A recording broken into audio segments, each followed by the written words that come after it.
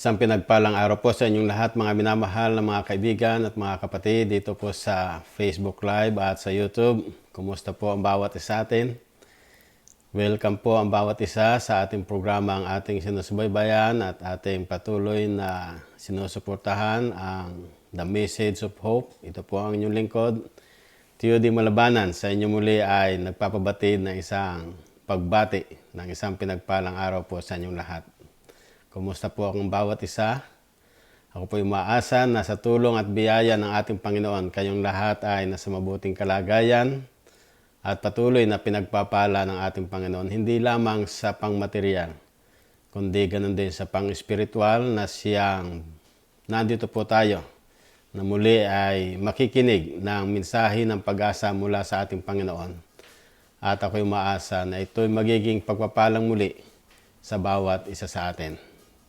Muli po sa ating mga bagong tagapakinig, kung kayo po ay mayroong mga katanungan, mag-message lang po kayo sa akin. O kayo ay mayroong personal na prayer request, ganun din po, i-message nyo po ako para maisama ko kayo sa aking mga panalangin. At ganun din po ang bawat isa na hindi lamang dito sa Facebook Live nakasubaybay, pwede po ninyong makita rin ang aking mga inilagay sa YouTube. Type nyo lang po kung ano ang topic na gusto ninyong pag-aralan o inyong mapakinggan. Isama nyo po ang aking pangalan, Tio Di Malabanan, para madali po ninyong masumpungan. O kaya ay tingnan po ninyo yung marami po na mga download sa YouTube. Kung mayroon po kayong tanong, ganun din po, mag-message kayo sa akin.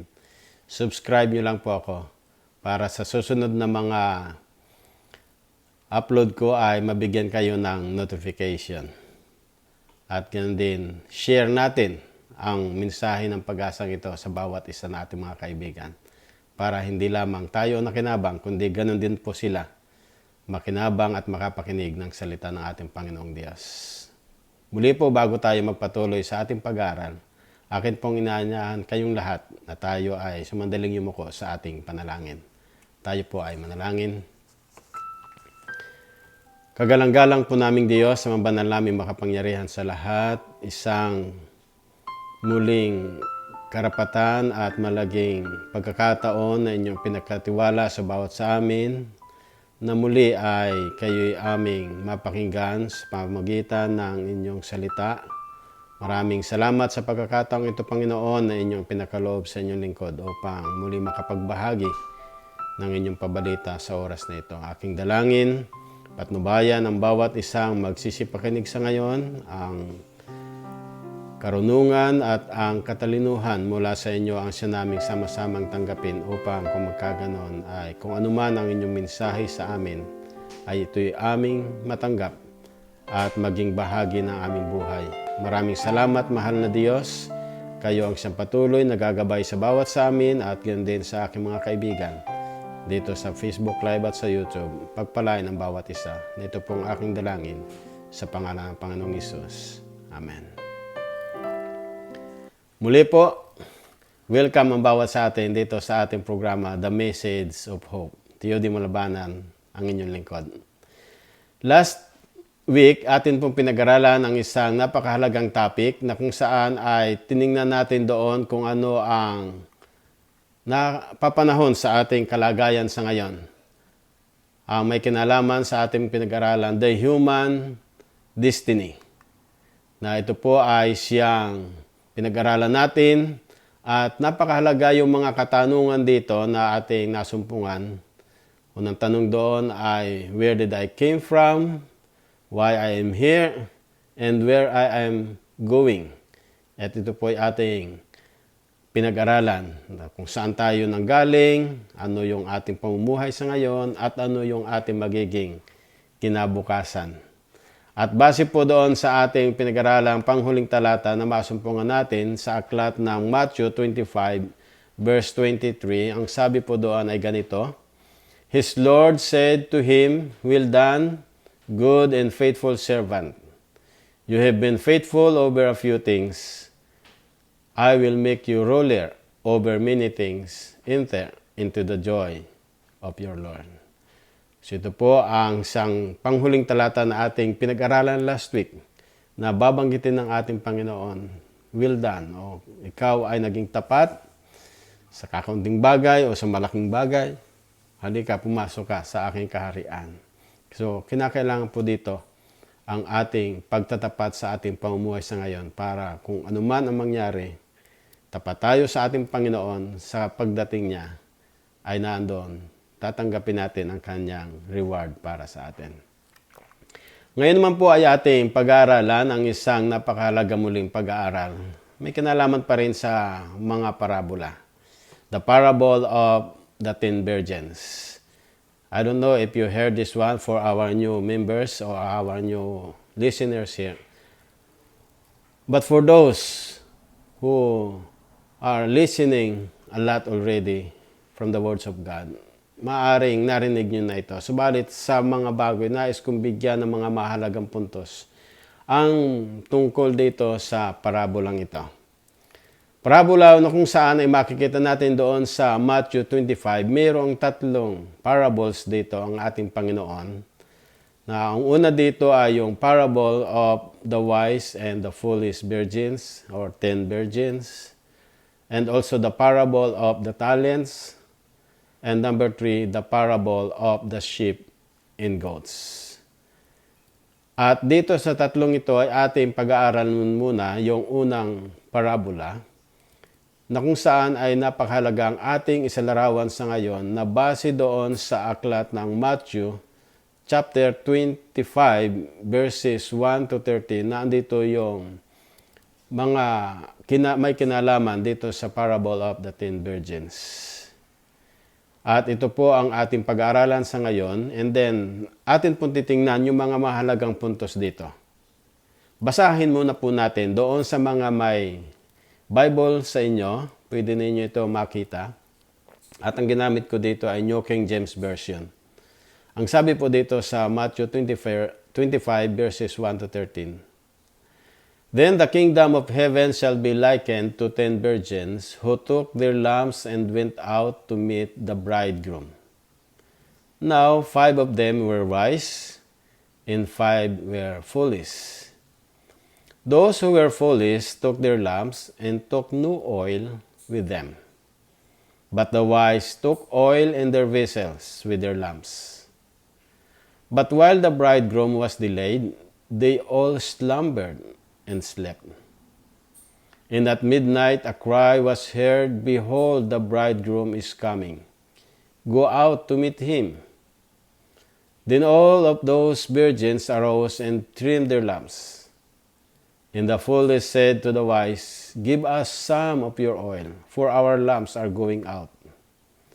But the wise answered, saying, "No, lest there should be not enough for us and you. But go rather to those who sell, and buy for yourselves."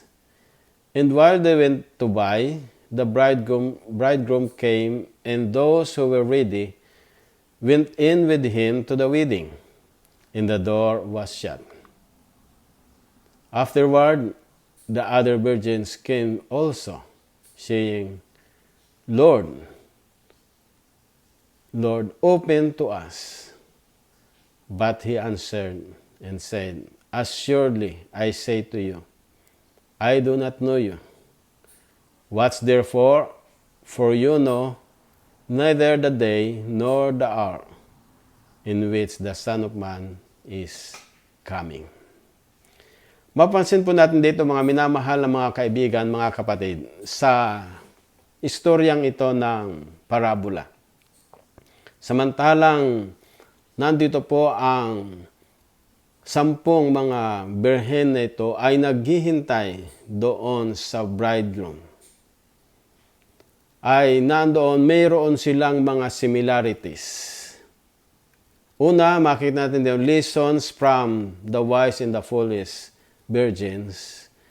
Number 1 is, all had taken their lamps. As we notice it in verse 1. Lahat sila ay mayroong daladalang mga ilawan o mga lampara. Ano nga po ba ang kahalagahan sa atin ng lampara o light. According po dito sa aklat ng Psalms 119:105, David said, "Your word is a lamp for my feet and a light on my path." Mapansin po natin dito katulad ng sa ating madilim na sanlibutan ito, kinakailangan natin ng liwanag, ng ilawan.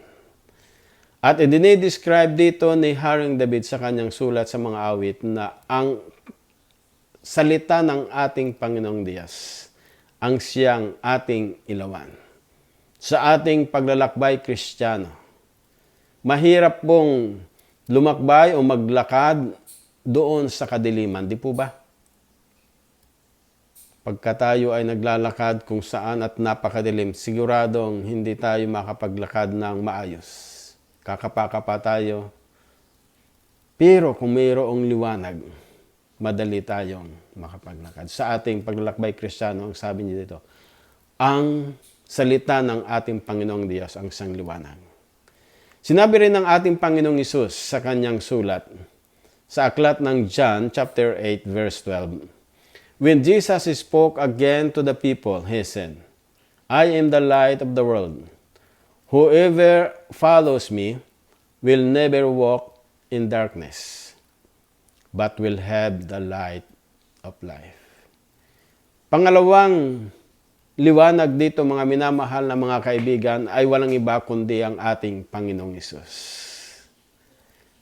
Siya raw ang liwanag, ang ilawan, na kung sino man daw po ang siyang tatanggap sa Kanya, siyang maniniwala sa Kanya, kailanman, ang sabi dito, hindi na sila lalakad sa kadiliman.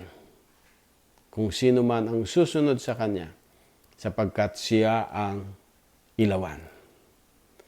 So mapansin natin dito, mga minamahal na mga kaibigan, yung 10 na ito, pare-pareha silang may ilawan, ibig sabihin, pare-pareha silang nakarinig ng tinig ng Diyos, ng pabalita ng ating Panginoong Diyos. Pare-parehas din silang naniwala sa ating Panginoong Hesus. Pare-parehas silang sumusunod sa ating Panginoong Hesus. Naturingan silang pare-parehas ng mga Kristiyano sapagkat si Kristo ang kanilang sinusunod.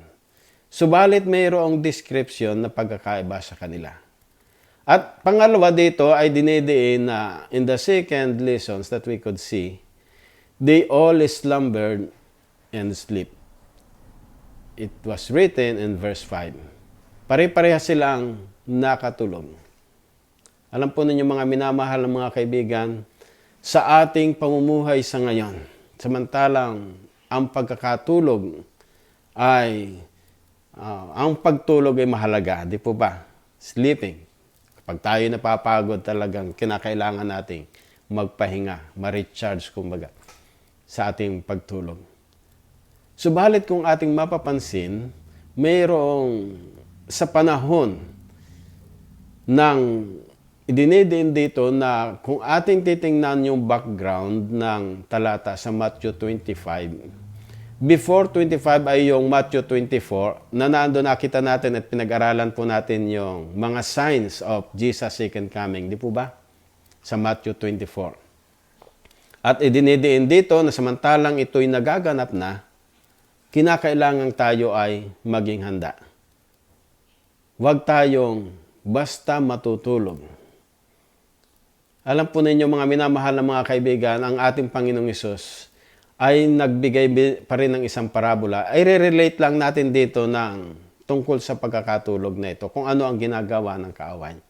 Sang-ayon doon sa aklat ng Matthew chapter 13 verses 24 and 25, ang ating Panginoong Hesus ay nagbigay ng parabola. It says, Jesus told them another parable.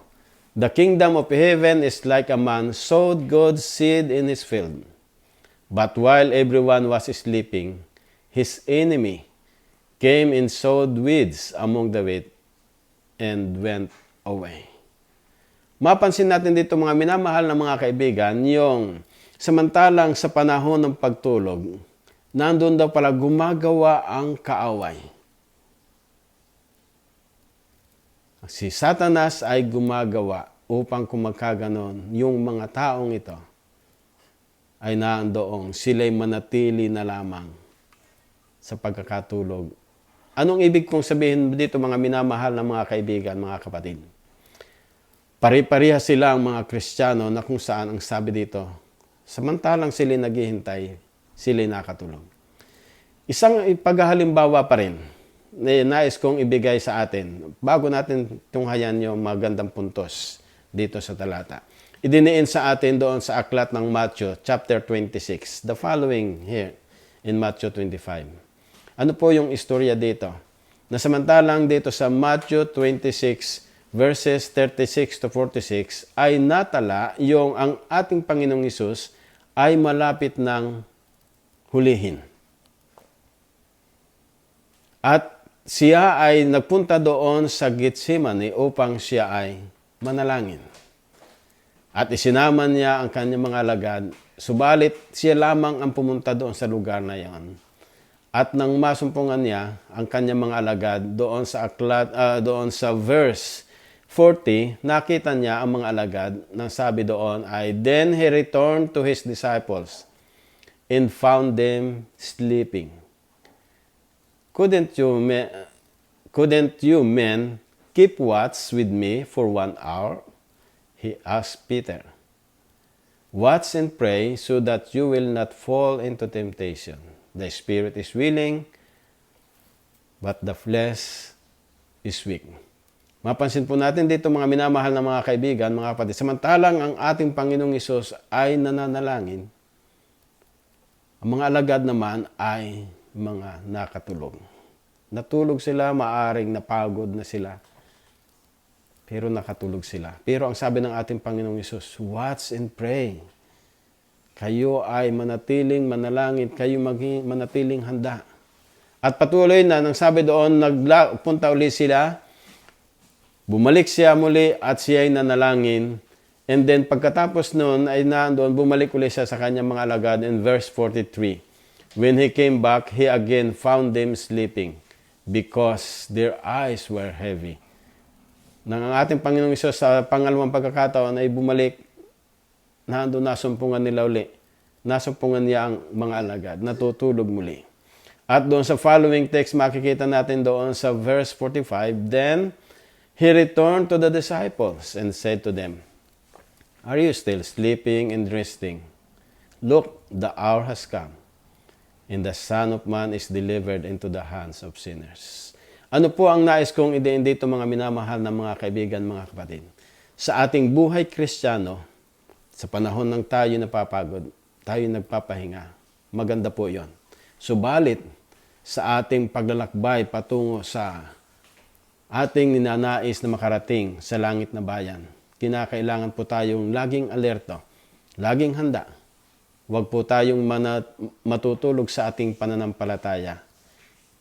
What I mean, naandun po, huwag tayong mawawalan ng pag-asa. Patuloy lang tayong sumampalataya sa ating Panginoon at sumunod sa Kanya upang kung magkaganon, handa tayo. Kaya kung tayo man ay natutulog, kinakailangan sa ngayon, mapukaw ang ating isipan, sundin natin ang ating Panginoong Hesus. Pangatlong lesson na nais kong idiin sa inyo mga minamahal na mga kapatid sa oras na ito. Ang sabi doon sa verses 3 and 4, wise prepared an oil and foolish were not.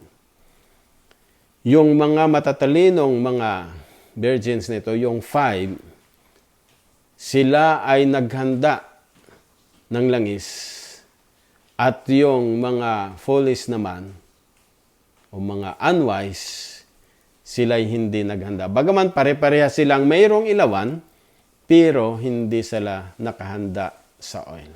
Ano po ba ang oil o langis sinisimbolahan sa atin sa kapanahonan sa ngayon? Kung ating babalikan mga minamahal na mga kaibigan doon sa panahon ni Moises, sa aklat ng Exodus 25 verse 6, meron siyang idinidiin dito ng sabi, olive oil for the light, spices for the anointing oil, and for the fragrant incense. ang lingkod ng Diyos, itong si Moises, ay sinabihan ng ating Panginoon na kung kayo ay mag-o-offer doon sa tabernacle.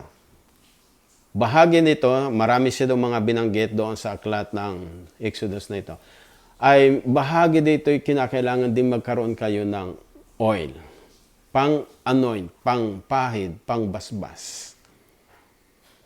At ang sabi pa doon sa pagpapatuloy sa chapter 27, verse 20, command the Israelites to bring you clear oil or pressed olives for the light, so that the lamps may be kept burning. So, isa rin pong napakahalaga na mayroong oil ay yung ilagay ang oil doon sa ilawan upang manatili itong nagliliwanag. Mamaya po ating titingnan ang simbolo nito sa ating buhay. Kaya nga't napakahalaga na mayroong langis upang manatiling maliwanag. Naalala ko nung kami mga kabataan pa. Sa aming lugar, kami po ay nasa remote area ng barangay na kung saan ay hindi kami naaabot noon ng electricity. Kaya nga't ang aming ginagamit ay lampara, mayroon kaming gas, tapos mayroong ilawan. Yun ang ginagamit namin pagkagabi. And then, dumating ang pagkakataon na nauso yung digasa para mas maliwanag. So, instead na lampara na simpleng liwanag lang, lumipat kami doon sa gas, digasa kung tawagin, na binubumbahan yon, pinapump para maging maliwanag. And then, time comes na kung saan ay dumating yung linya ng kuryente. At ang aming barangay ay nalagyan ng kuryente. Lumipat kami sa fluorescent. Madali lang. Nagkaroon ng liwanag. Hindi lamang ang aming bahay, kundi ang buong barangay. Ano ang nais kong indiin dito, mga minamahal na mga kaibigan, mga kapatid? Yung liwanag na yon ay nagmumula doon sa oil, doon sa una. Doon sa langis o kaya sa gas. Na kung saan ito'y napakahalaga. Isa pong idinidiin pa rin dito sa aklat ng Exodus chapter 30 verse 31 kung ano ang kahalagahan pa rin ng oil. Na ang sabi dito, said to the Israelites, this is to be my sacred anointing oil for the generations to come. So, yung ginamit naman dito, yung oil, yung olive oil, pang-anoint. Ano po, yung pang-basbas. Na kung ating papansinin sa kapanahonan ni Moises, ginamit din niya ito sa aklat ng Leviticus 8 verse 10. Then Moses took the anointing oil and anointed the tabernacle and everything in it, and so consecrated them. So, yung oil, hindi lamang magagamit doon sa lampara, kundi ginamit din ni Moises ito pang basbas. Hindi lamang po sa ibang tao, kundi sa tabernacle at anuman yung mga furnitures na nandoon. At ito'y pinabanal.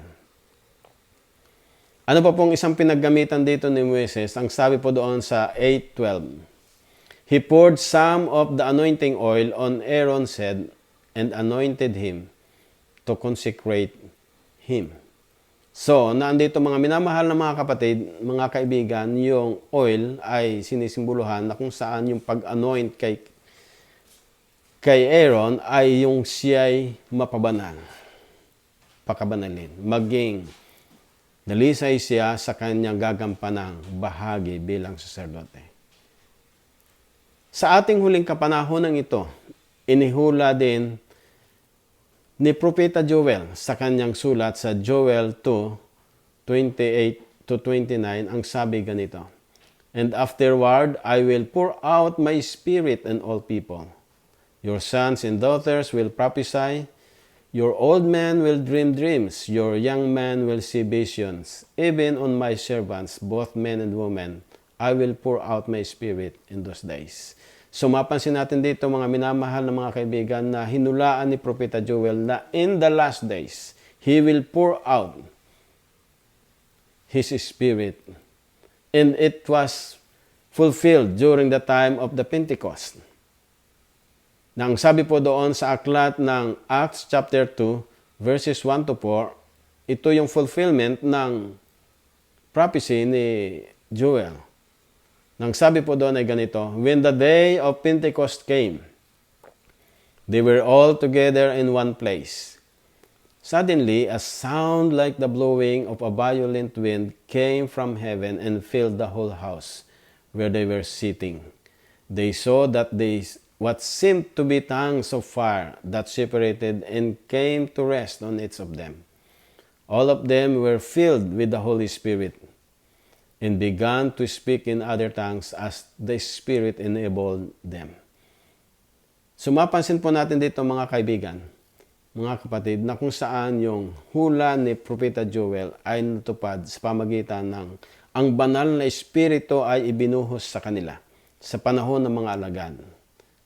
Like a fire, a flame, na pagkalipas noon, sila ay nagkaroon ng bahagi ng, kung tawagin natin, ay speaking of different kinds of tongues or different kinds of languages, na naunawaan nila ang ebanghelyo ng ating Panginoon sa pamagitan nila. At ang banal na Espiritu ay ipinagkaloob sa kanila. Kung ito po ay naranasan ng mga alagad, ito'y mararanasan din po ng ating sa kapanahonan sa ngayon o sa sino man na tatanggap sa ating Panginoon. Na ang sabi po doon sa aklat ng Hebrews, chapter 1, verse 9, you have loved righteousness and hated wickedness. Therefore, God, your God, has set you above your companions by anointing you with the oil of joy. The oil of joy or the oil of the Holy Spirit that He gave to us. He anointed us. And the God, ang sabi po dito, God and your God, nandoon, nagbigay sa atin. At sabi pa po doon ni Apostol Pablo sa aklat ng Ephesians, chapter 1, verse 13, and you also were included in Christ when you heard the message of truth, the gospel of your salvation. And this is the gospel of salvation to each one of us, my dear friends. When you believe, you were marked in Him with a seal, the promise, Holy Spirit. And as we have studied a while ago, the text, a promise in the book of Joel, na ibinigay yon, yung oil na yon, yung banal na Espiritu, ibinigay sa bawat sa atin.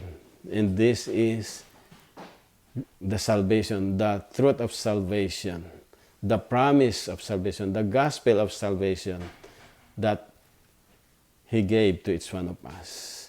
For those who believe, sabi dito, they receive the seal or mark. And also it was written in 1 Thessalonians 4, verse 8, therefore, anyone who rejects this instruction does not reject a human being, but God, the very God who gives you His Holy Spirit.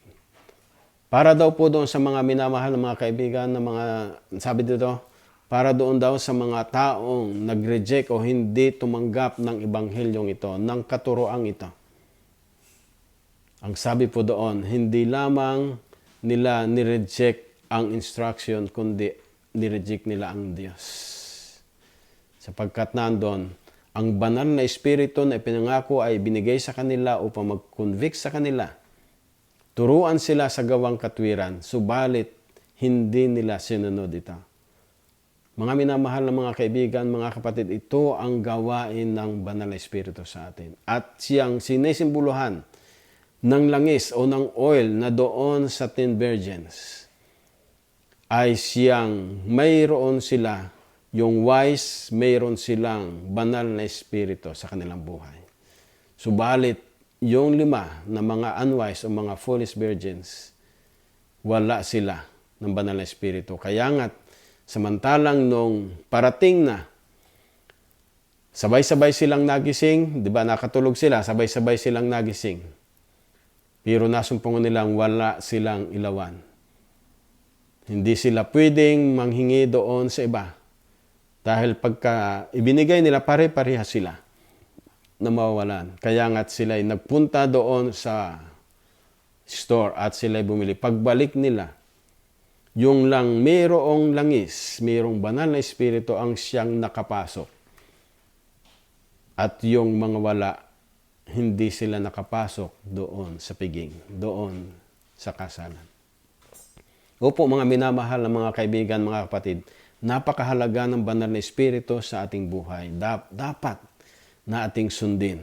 Ang sabi po ng lingkod ng Diyos pamagitan ni Ellen White sa aklat ng Christ Object Lessons, page 408, ang sabi ganito, "In the parable, all the 10 virgins went out to meet the bridegroom.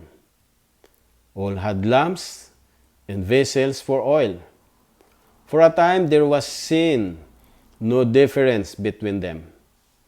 So with the church that lives just before Christ's second coming. All have a knowledge of the Scriptures. All have heard the message of Christ's near approach and confidently expect His appearing. But as in the parable, so it is now. A time of waiting intervenes.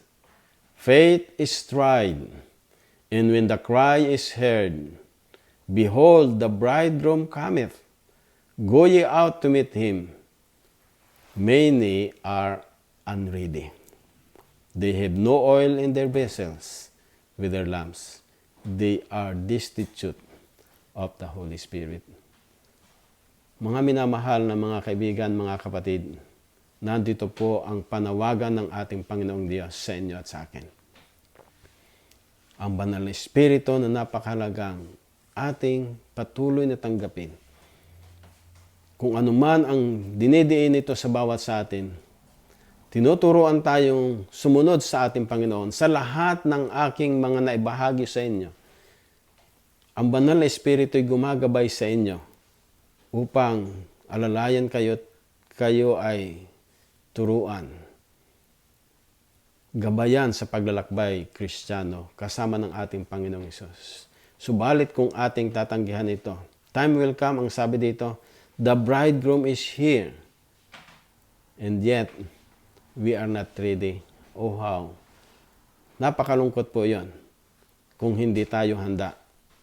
Maaring tayo kabilang doon sa aklat ng Apokalipsis o Revelation chapter 6 na tayo'y tatago pagkat hindi tayo handa sa kanyang pagdating. Ngayon po ang panahon. So it is now, ang sabi ng lingkod ng Diyos. Ngayon ang panahon para tayo ay lubos na maghanda sa Kanya. Kaya nga, sinabi ng ating Panginoong Hesus sa pagtatapos ng parable na ito sa aklat ng Matthew 25, verse 13. "Watch therefore, for you know neither the day nor the hour in which the Son of Man is coming." Kinakailangan daw po tayong maghanda sapagkat hindi natin alam yung oras, yung araw, yung panahon ng pagdating ng ating Panginoong Hesus. Basta't ang mahalaga dito mga minamahal na mga kaibigan, tayo ay maging handa. Nandito, malapit na siyang dumating. Kasama niya ang mga libu-libong mga anghel upang pagkalooban niya tayo ng gantimpala. Kung kaya nga't ang ating Panginoong Hesus ay patuloy na nanawagan sa inyo at sa akin sa oras na ito. Sampalatayan natin siya, sundin natin siya. Sa pamagitan ng banal na espiritong tumutulong sa atin, sundin natin ang udyok ng banal na espiritu. Magpasakop tayo sa ating Panginoon. Tanggapin natin siya bilang personal na tagapagligtas. Opo mga minamahal na mga kaibigan, ang kanyang panawagan ay napakalapit na siyang dumating. Maghanda lamang po tayo sa Kanya. Bago po tayo magtapos sa ating pag-aaral, pakinggan po natin ang isang mensahe ng awit. Ito po ay inawit ng aking mga miyembro dito, the Ladies Accord. Maganda yung mensahe ng awit, "The King is coming." At samantalang pinapakinggan po natin ang awit, At ganda yung mensahe nito. Nasaan po kaya ang ating pagtatalaga?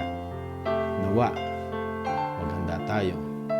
Magtalaga tayo ng ating buhay sapagkat ang ating Panginoong Hesus ay malapit na darating. Pakinggan po natin ang kanilang awitin.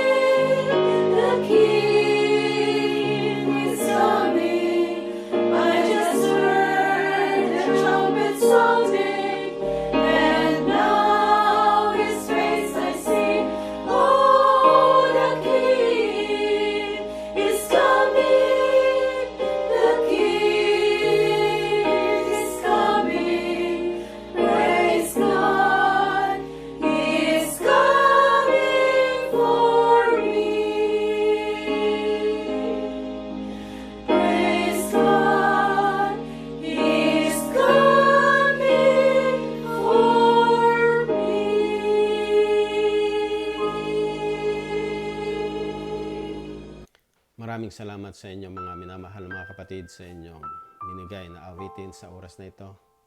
Sa inyong mga minamahal na mga kaibigan, sa ating mga napakinggan mga talata, Nawa hindi tayo makabilang doon sa foolish virgins.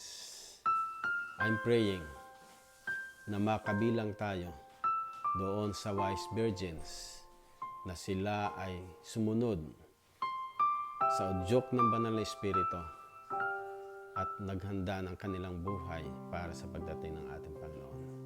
Naway ganun din ang ating pagpapasya sa ngayon.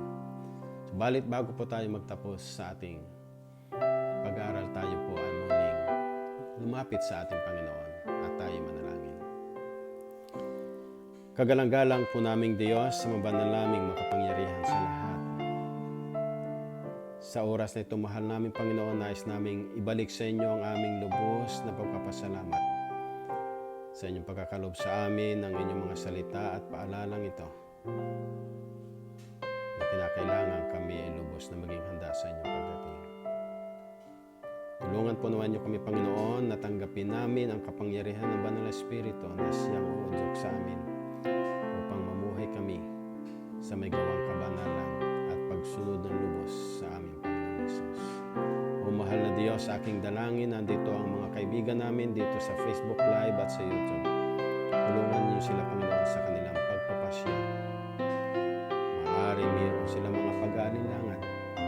Naway sa pamagitan ng Banal na Espiritu, magtalaga sila ng lubos upang kung magkaganon, sama-sama po kaming mahanda sa inyong pagdating. Mahal na Diyos, sa oras na nais ko ring ilapit sa inyo ang aking mga kaibigan dito. Alam po ninyo, Panginoon, ang kanilang mga pangalan, sa kanilang mga kahilingan nang sila ay mayroong mga personal na mga kahilingan patungkol sa kanilang kalusugan upang sila'y gumaling. O kaya patungkol sa kanilang mahal sa buhay na mayroong karamdaman o mga na-infect ng COVID-19 o mayroong mga cancer o iba't ibang mga sakit, Panginoon. Kayo ang nakakabatid at nakakaalam ng kanilang hinihiling. Nawa, Panginoon, kayo patuloy na maging malapit sa kanila. Ipagkaloob ang kalakasan at kagalingan muli at muling kalusugan na kanilang hinihiling. Aming dalangin, Panginoon, ang iba naming mga kahilingan na mayroon din pong sa pagkuha ng board exam at yun din sa iba't ibang mga kahilingan ng mga kapatiran at mga kaibigan, maging malapit po kayo sa kanila, Panginoon. At tulungan niyo sila na kanilang mapagtagumpayan ang anumang kahirapan ng buhay na siya naming nararanasan sa ngayon. O mahal na Diyos, sa inyo lamang kami nagtitiwala at kami umaasa na inyong ipagkakalob ang lahat ng pinakamabuti sa inyong mga anak. Aking dalangin din, mahal na Diyos, sa aming mga kaibigan, mga kapatid na patuloy pa rin nalulungkot, maaaring ang kanilang mahal sa buhay o kaibigan ay pumanaw. Naway kayo, Panginoon, ang siyang maging malapit sa kanila. Patuloy niyo silang aluin ng inyong kapangyarihan ng Banal na Espiritu.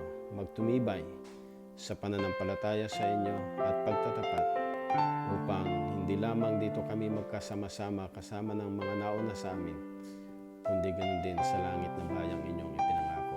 Maraming salamat sa inyong pagdinig sa aming dalangin at sa ganun din na mga patuloy ninyong pagbibigay ng pagpapala sa aming mga kaibigan na sila ay nagugutom at nauuhaw sa ngayon sa iba't ibang pamaraan. Inyo silang pinagpapala. Nawa sa pang-espiritual ang mga salata, mga talatang aming pinag-aralan, ang inyong salita ay makapagpabusog sa aming pang-espiritual na pagkagutom at pagkauhaw ng inyong salita upang kami mabusog at ganun din lumakad na lumalago sa aming pananampalataya sa inyo hanggang sa kayo dumating. Maraming salamat sa inyong pagdinig sa aming dalangin at pagpatawad sa aming pagkukulang at pagkakasala. Ang kapayapaan na maghari sa bawat isa na ito po ang aming inilig na pasalamatan sa matamis na pangalan ng Panginoon Hesus. Amen. Muli po, maraming salamat po sa inyong pagsubaybay at ako'y umaasa na ang ating pinag-aralan naging maliwanag sa atin. Sa inyo po na mayroong mga katanungan, message nyo lang po ako.